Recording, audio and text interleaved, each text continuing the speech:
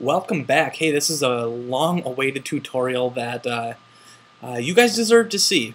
And I wanted to, since I'm in Texas, all by my lonesome, well, not all by my lonesome, but with Mrs. Wild Woman? Is that what you want to call her? Sure. With my girlfriend, I had some free time. She's down here for work. Anyways, I'm going to get past this because this is going to be a long tutorial.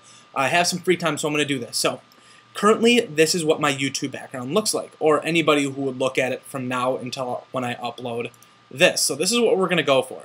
So I'm going to create a simple YouTube background, and I wanted to use all essentially free programs, so I'm not going to do any 3D stuff in anything like 3ds Max, Cinema 4D, anything like that, because I want you guys to see or be able to do it with simply Photoshop. And I know a lot of you guys have that. It's pretty easy to get your hands on a very inexpensive education copy, something like that. I don't care where you guys got it, either way. So let's get into this thing. I essentially have it made, so I wanted to walk you guys through it. There is going to be a spot in the video where I put an annotation on screen to where you can click to a more detailed part of a 3D rendering thing that's a free alternative. You don't have to go there. If you guys have 3ds Max, Cinema 4D, something like that, by all means, you can use that. It's going to be more versatile than what I'm using, but I wanted to give you a free option. So let's walk into this. So here you can see all the basic layers that I have. I'm going to go individually here. Let's click on the basic background, and I'm going to give you this template, guys, not this top stuff, but I'll give you this bottom stuff. So here's what we have going on. Let's start from the beginning. I don't have a banner on this. This is a basic layout with that, so I can throw that away. So here we go. We have the basic backdrop here at the bottom. This basic layer here, and that's kind of the covering of this. So from here to here, maybe I'll put an annotation on screen. Let's see. Vignetting, that usually comes right at the end, but I'll put this on here, and I have it zoomed out all the way. So this just adds some more dimension to the thing. This layer 1, I haven't named any of these, but I'll name them for you guys when I get there. This just darkens up that layer 5. And then here's where it gets kind of interesting. This shape 1 copy 4. I'm going to call this modules. If I spelled modules wrong, you guys can go back and change it. This just adds some color to it, and that's the color that I wanted to add to it. And this modules, when you turn this on, so you get a lot of specific detail in here. So what I'm doing to zoom in like this without the box doing this is I hold down Alt and I move the middle button. So you can see that there's this really interesting kind of gradient effect here. So it has a nice stroke on it. Here's a color overlay that I could do. All of these fun things. So let me... oh, and then here's a lighter version of that. This is actually the one that I used, and I'll show you how I did that. And then at the very bottom, I did a fade. So now you can see kind of the detail that's going on in here, right? Let me walk you through all the details that go into this layer. So if we click on the effects, double-click that. Let's go ahead and take a look at each one of these. Drop shadow. You guys can pause the video and copy these if you want to. Otherwise, if you have the download folder, you can do that too. A lot of times when I'm working with drop shadows, they have this thing called use global light. Play around with this. If you take that off, you can do your own angle. So I know that it was at -54, but I can actually spin this around, and it should change it. It's a really subtle drop shadow because, let's see, opacity 51. So let's use global light and get that back there. We have this inner shadow here. See what this looks like with it turned off. See that? Right around this edge here. There you go, computer. Figure your life out. And then the stroke. That's the thing that kind of gives it that more futuristic look. There we go. I have a 5-year-old MacBook Pro, so it goes a little slow. Either way, with stroke, guys, one of the things that I have found out over my extensive years of Photoshop is it comes normally at 3 pixels. Oopsies. Let's go back into that. Double-click stroke down there. Normally when you first turn it on, the basic settings are 3 pixels with. I'll walk you through what web safe is here in a second. 3 pixels and it's black. I don't like that. It looks really ugly, and I don't think it's very well done. So I generally keep this on 1, not 31. Let's go, computer. Okay, and you can make that default if you want to as well. I've just never gotten around to it. Just kind of have it. There we go. All right, so now you get the basic of that. With these modules, it's kind of trial and error to get it to look right. A few mistakes that you can see in here is if I can actually zoom in on this if I hold down. I think it's, what the hell button is it?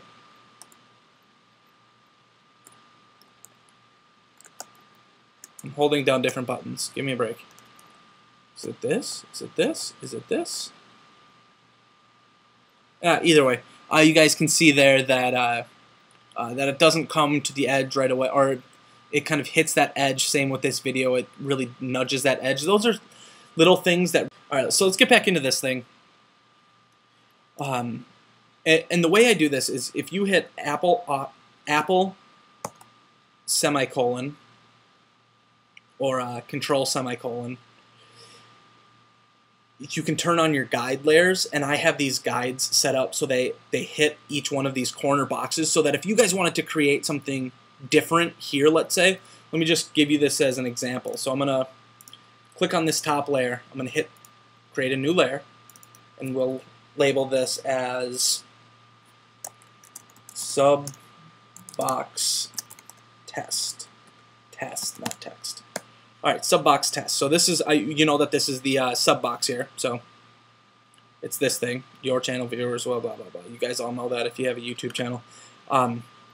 So let's say I have this sub box test layer selected, and I create this. Oops.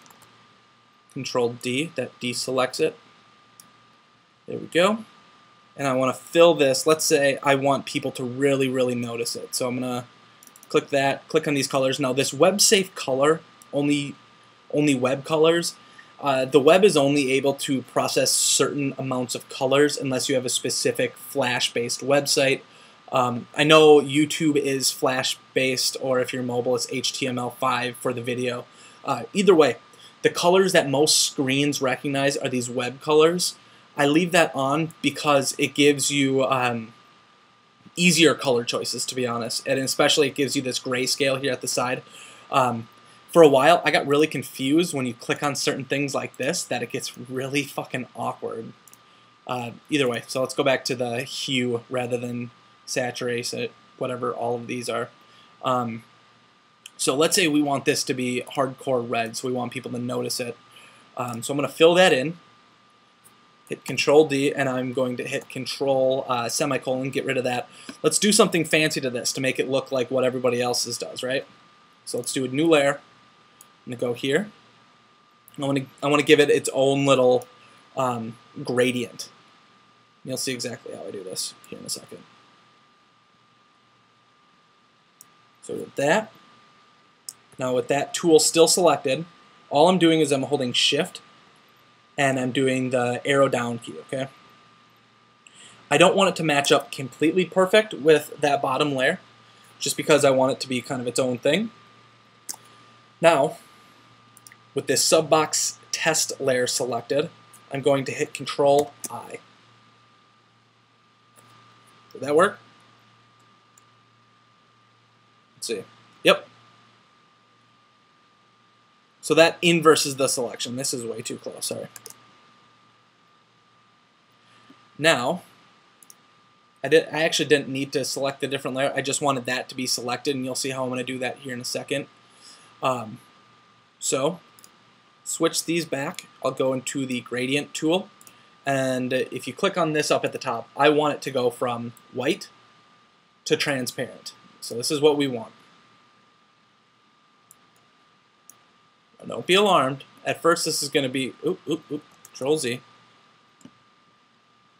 We want it to be this. At first, this is going to be intense, and you're going to go, Willie, what the fuck are you doing? All right, you guys saw me click that. Whatever.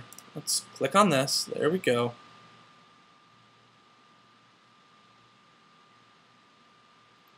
Stop moving. My computer hates me right now.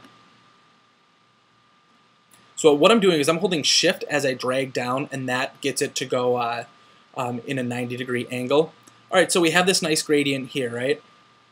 So now all we do is hit Control D, and then we hold Control or Apple, and we click that layer. So that does that. So now all I do is I hit Control Shift I, or Command Shift I, depending on what you're doing. Now you can't see, but it selected the inverse. So get used to that key command. Command Shift I, that's going to inverse the selection. So hit Control D. Now we have this nice little fade on that box. So if we want to do something fancy to this now, so now I'm going to, with this layer selected, okay, actually I'm going to hit Command, click on that layer. I'm going to go to Edit. Let's edit the one that I wanted. Select, yep, select. Modify, contract. Contract by 2 pixels, should be good. Then hit Command-Shift-I, delete. I know I'm doing a lot of key commands, guys, sorry. So what that did is that actually deleted that outside box. I didn't want to actually delete it from that layer, so I'm going to hit Control-Shift-Z. I'm going to keep doing it until that box comes back. There we go. Let's go back to this gradient layer. Hit delete. There. So now it just kind of puts it on the inside, and it should be a little bit more. It should be a better fill. I think people are going to enjoy that better. So now if we go back to this, go to blending options. So I just right-clicked on that layer, doing this fast. So here's the stroke. So it does a thick black. Drop this down to 1, and let's get this to stand out maybe. How about a green? Is green too bold? Yeah, green might be a little too bold. Let's see what that blue looks like. Yeah, so that looks kind of interesting. We can keep something like that. And that's as simple as it is, guys. You know, and then if you want to get a little bit more dynamic with it, you can play around with what these different layer properties do. I think some of these are going to give us a little bit better color. Something that doesn't stand out as hardcore. Let's see, multiply, what does this do for us? Yeah, so I like that multiply. I think it looks really nice, especially with this stroke pushed out a little bit. It's kind of nice. I'm actually going to adjust the stroke so that it's maybe not pushed out like that. So we'll go to center. Inside? Is that what it is? Yeah, so that's a little bit better. It just pulls it on the inside rather than being on the outside, so it's a little bit smaller. I can change the opacity if I want to. Make it a little less bold. Either way, so if we hit Control 0 or Command 0, we can see kind of what this ends up looking like. So this adds just that extra kind of pizzazz to that area. Now I wanted to walk you through, and you guys are going to get this, so I'll leave. Also, if you hit Command semicolon, you will be able to see these lines, and you can just create things within that. Now I wanted to walk you through doing this text.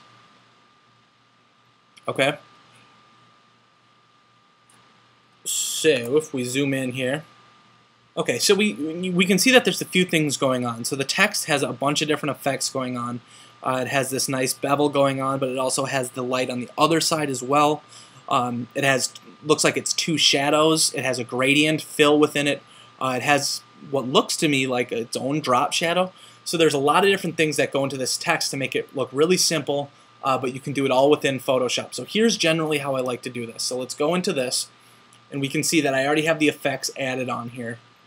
I like to do my text in its own layer. So all you do is go File, New. Especially when you're working with text, you always want to work with US paper or just a paper size. So you want the resolution to be at this 300. YouTube backgrounds only work at a resolution of 72. which is the same as the resolution of any resolution for video quality. I know that it says 1280 by 760, but this resolution is pixels per inch. So kind of if you're printing, it's a DPI, dots per inch. This is print resolution. You want it at this. This is a good quality, but you can see that just this text document is 24.1 megabytes. It just makes it so that it's not as pixely. So I'm at 59% no pixels. If I zoom in, no, that's too high. So here's at 200. It's a little less pixely, but we're not zoomed in that high. So here, right at about 100. All right, so let's get back to this, and I can show you exactly what I did with these effects. All right, so first thing first, I always start with this drop shadow. It just looks like it pulls off the page, so it automatically gives it that 3D look. I'm not going to beat around the bush because I think you guys know how most of this stuff works. Let's see. All right, I'm just going to have to... Oh, there we go. I want to try to fit everything on the screen so you can see it. All right, inner shadow is next, so if you guys want to pause, you can take a look at that stuff. Inner shadow. I'm going to get to that one in a second because I use that in a special way that I don't think many other people do. All right, so let's turn on this bevel and emboss. Contour here, that's going to do some interesting things where it makes it a little bit more sharp. Play around with it. It's really interesting. So let me show you what I did. I like to put this depth really high. It gives it a really crisp and a clean look. So we had it around this area, 341, 340-ish. The higher the depth, that means that if you increase the size, which I have at 3, and bring it up to this, let's go to something a little bit more reasonable. It's going to keep that chisel.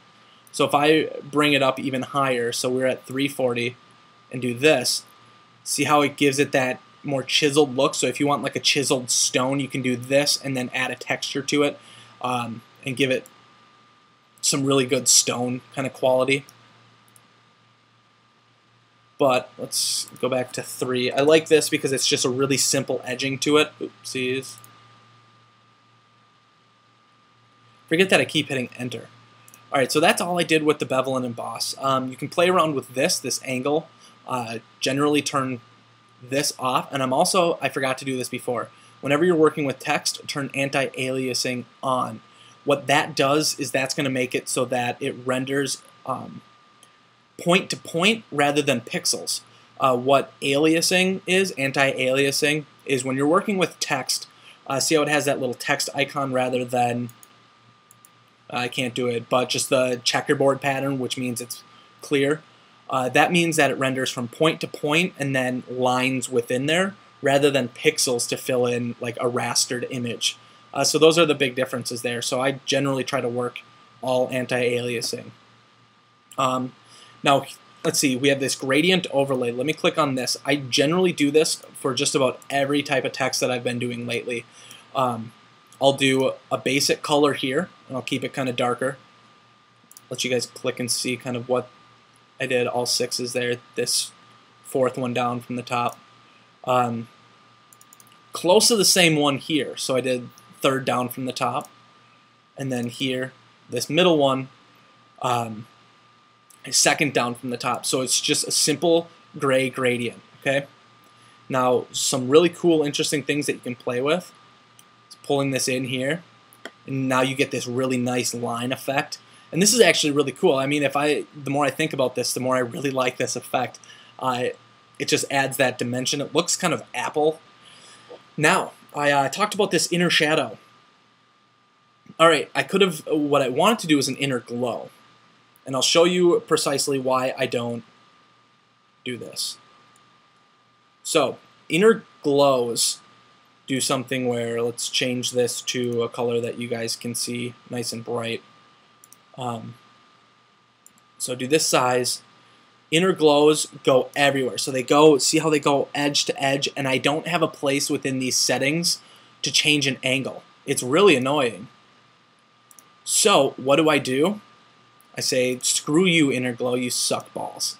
Now I turn on this inner shadow, and normally it comes as multiply and black. And then it's just another shadow. See how that edge right there is just not so crisp? Nope, I turn inner shadow into my own second light source, bevel and emboss. So it looks like there's a light source coming from here and it hits it. So if I shut this off, you can see that the normal bevel and emboss has the light source coming from the top up here, coming this way. So you can see where that glow is here, and then the darker down here. I want to contrast that by putting this inner glow, or I guess this inner shadow, which I'm using as a light source, coming from this direction. Does that make sense? Hopefully it does. Alright, so if we zoom all the way out here, make sure I turn these on. Alright, so there you go. It looks really nice. Some of the things that you guys want to know next is that I will grab the text from here and drag it into that layer. I'm not going to do it now, but let's go over here. So I dragged this in here. Here's what we can see. Let's go to this one. Now, whenever I'm working with text, I always keep, especially when I know that I'm going to make it a smaller file size. Right now we're at 81 megabytes for this file size. I like to do this. I like to keep the main text layer as this anti-alias text file, and then make a copy of it. So do this, make a new layer above the current layer that I'm on, and then hit Control E. That's how I flatten these layers. You guys can look into it more. I don't want to get into it either way. So here's what I did. You have this WM top and then these two shadows. All right, so I'm going to walk you through better how to do this. So Control semicolon gets rid of those.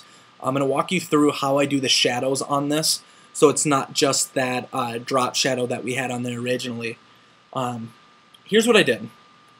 So I have this basic Wild MN 293. If I turn this on, give it a second, it's just a gray layer. It doesn't have any of the effects on it that layer did. So it's just a simple gray layer. Now here's what I do.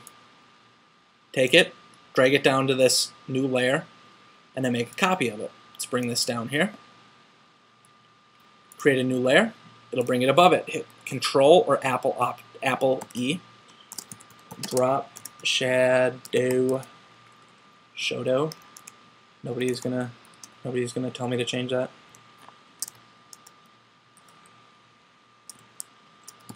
Drop shadow toot. Get your mind out of the gutter. You guys are gross. All right.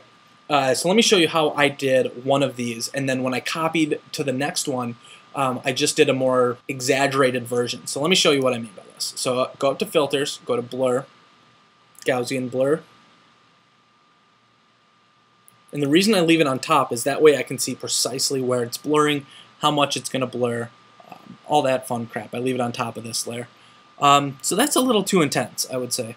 Let's bring it down, and you'll see exactly how I'm going to do this. So I just want a soft edge around this, and it doesn't even, oh god, it doesn't even need to be that specific. So just hit OK at about 3. Now here's what I do. Now that it's done, drop it below the top layer. Nothing really happened, right? So with this layer selected, and we have this main pointer tool, start arrowing down.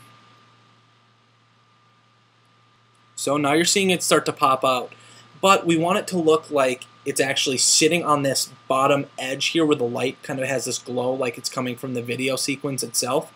And we want to do something a little unique with it. So we want it to make it look like it's a more natural shadow rather than a light source right above it. So we want it to have kind of a pull. So what we're going to do is we're going to go to Edit, Transform, and we're going to go to, I was doing Warp. If you want to get really specific, you can do this. But I'm just going to go ahead and hit Distort.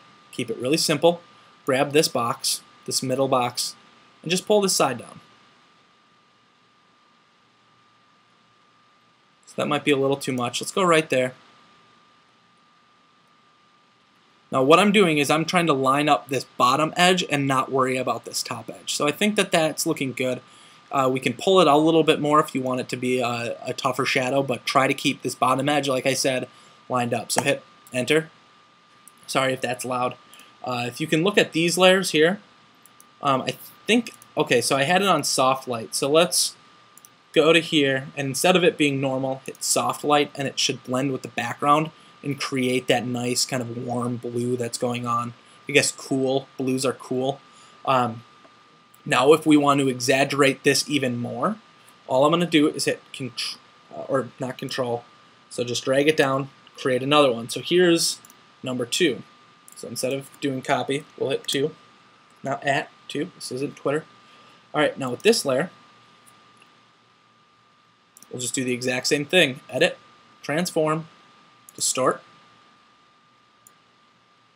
pull it a little bit more, pull it out.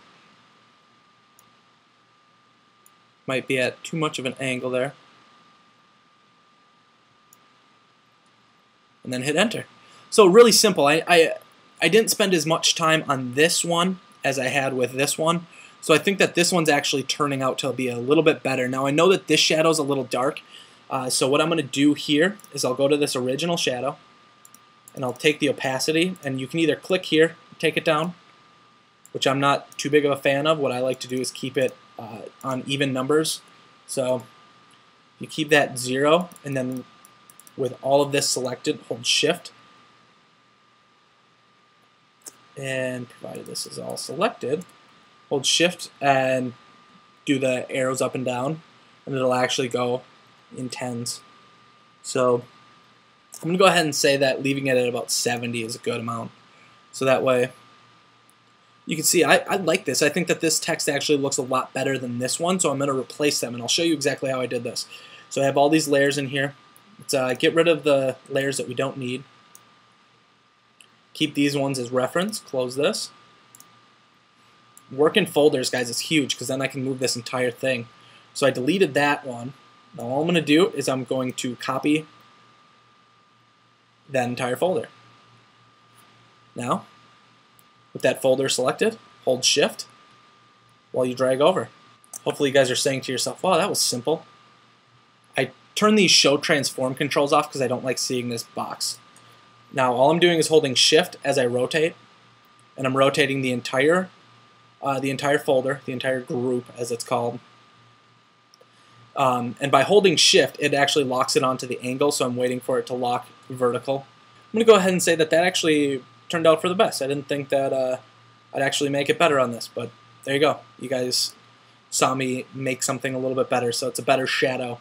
All right, so essentially this is done. This is exactly what I work with in this layer. Now I've noticed a lot of people are putting something here. So here's the point, guys, where you can click on an annotation on screen to see how I made, wait for it, to see how I made this 3D text. Let me show you here. All right, so I can walk you through how I made this text, what programs I used. I'll give you the basics now so you can see. I used a program called SketchUp. Okay. Orbit around here. Or, no, what am I looking for?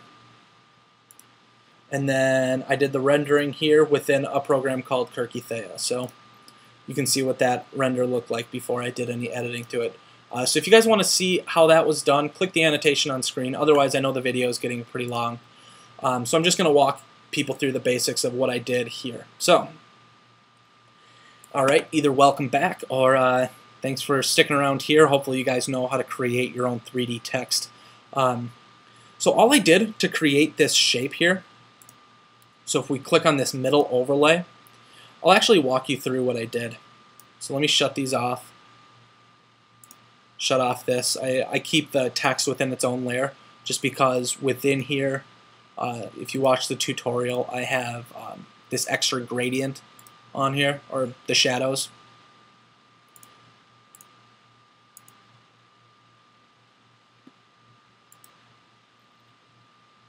Let's shut this off because I didn't do that first. So here's this middle overlay thing. I'm going to show you exactly how I did that. I'm going to just make another one here.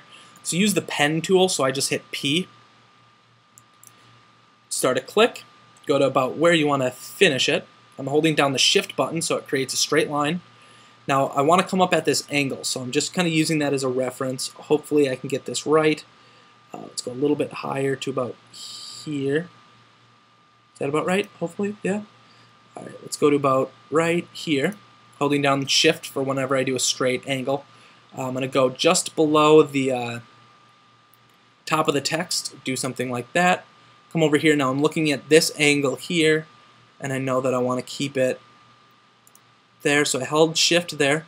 Now when I finish it there, let go of the shift button. So now right click, make selection, anti-aliased, yes, 0, feather, okay. Do a new layer, go here, and alright, let's just put a white on there, and then instead of that we'll use the paint bucket. Now I'm going to hit Control D, Apple D, that deselects that. So now I have this kind of interesting shape, and then all I did was added some effects to it. So I can do this. I can Alt and drag, and it'll just copy all of those effects back over. So I can walk you through exactly what I did to create these. Let's go in here. So you can see this stroke, 1 pixels. I did a green because I wanted it to contrast the blue. Go to the gradient. I did something a little interesting. You guys can take a look at what I did.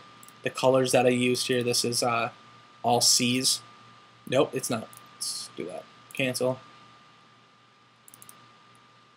Oh, you're using web save colors. There we go. C5DEDB. If you guys throw that in there, you can copy the colors. Then I have another lighter gradient here. So it's just playing around with these, moving these around to get either a harsh edge or a soft edge. So that's all I'm doing there. So cancel.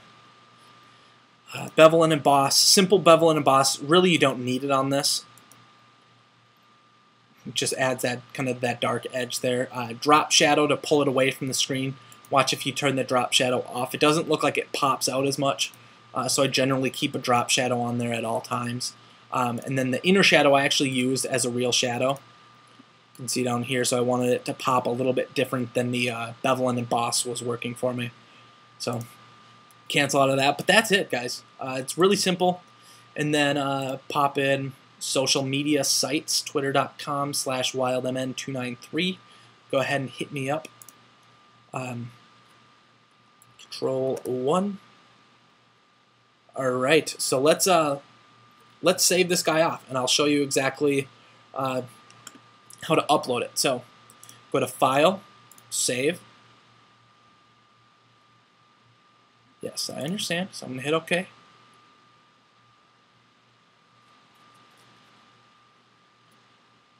All right, good. So then go File, Save for Web and Devices. That's the key thing, save for web and devices. So it has 2 up, so the one on the left side here, once it gets loaded, this is the current background. It's 16.5 megabytes as a file size if I saved it as a JPEG, which is what we want. Now here you can see this JPEG, 234.2 kilobytes. YouTube, let's see if I can go in the right direction here. Now you decided to zoom in. YouTube here, so if we go, nope, go to themes and colors. I have this YouTube how-to. It says right here, maximum 256 kilobytes. I try to get as close to that as I can. So all I do is just arrow up and down on this quality control until this number here is as close to 256. And so I'm going to hit save there. I saved it at that file size. And that's it. So we have this red box here. We have this middle section here. Now it's playing with the orientation where that lines up and just kind of playing with it. So let's go back here, and I'm actually going to load this up. So delete the current background image, choose File, have it in my desktop, and then I'm fairly organized with how I do all this stuff. Final, that's what we want, 241 kilobytes. So it saves a little bit larger than you're expecting. So if it actually gives you the option to save at 256, you want to go a little bit less. So I never repeat the background just because I think it looks tacky, so I actually put a background color as a black. Save changes. It's going to get this to go away.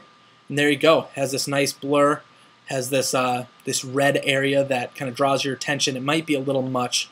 And then here you go. You can see my Twitter. You can see this logo that kind of pops out, sits within all of this fun crap.